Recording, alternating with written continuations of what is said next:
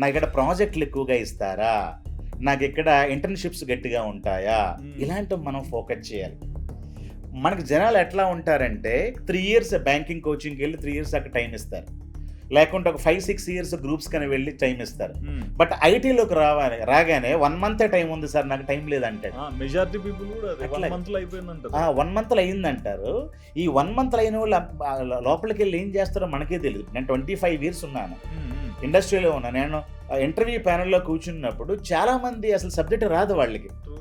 వాళ్ళు ఎట్లాంటి వాళ్ళు మనం తీసుకుంటాం, వీళ్ళు ఏమంటారంటే బ్యాక్ డోర్లో 3 లక్షలు కట్టండి, మీకు ప్రాక్సీ చేయిస్తాం, మీకు జాబులు కొట్టిస్తాం అంటే ఈ 1 మంత్ కోర్సు నేర్చి వీళ్ళు లోపలికి వెళ్ళి వీరేం చేస్తాడు, వేరే వాళ్ళు ఎవరో సపోర్ట్ తో పని చేస్తారు. అసలు అవ్వదు. ఇప్పుడు కొన్నిసార్లు జరిగింది తప్పించి ప్రతిరోజు నేను ప్రాక్సీ పెట్టి వెళ్తా లేకుంటే చేసి వెళ్తానంటే కుదరదు. ఈరోజు మన గూగుల్ సుందర్ పిచాయ్ గారు జస్ట్ 2 days న్యూస్ పేపర్లో ఏమంటున్నాడంటే ఫిజికల్గా క్యాండిడేట్ని మనం ఇంటర్వ్యూ చేయాలి. ఎందుకంటే ఈ వర్చువల్ ఇంటర్వ్యూస్ వలన, ఆన్లైన్ ఇంటర్వ్యూస్ వలన చాలా ఫేక్ క్యాండిడేట్లు రావడం మొదలెట్టారు. మీరు ఒక డాక్టర్ అనుకోండి, మీరు ప్రాక్సీగా ఒక అపోలో హాస్పిటల్ జాబులు కొట్టుకుంటే ఆపరేషన్ మీరు చేయగలుగుతారా? చేయలేరు.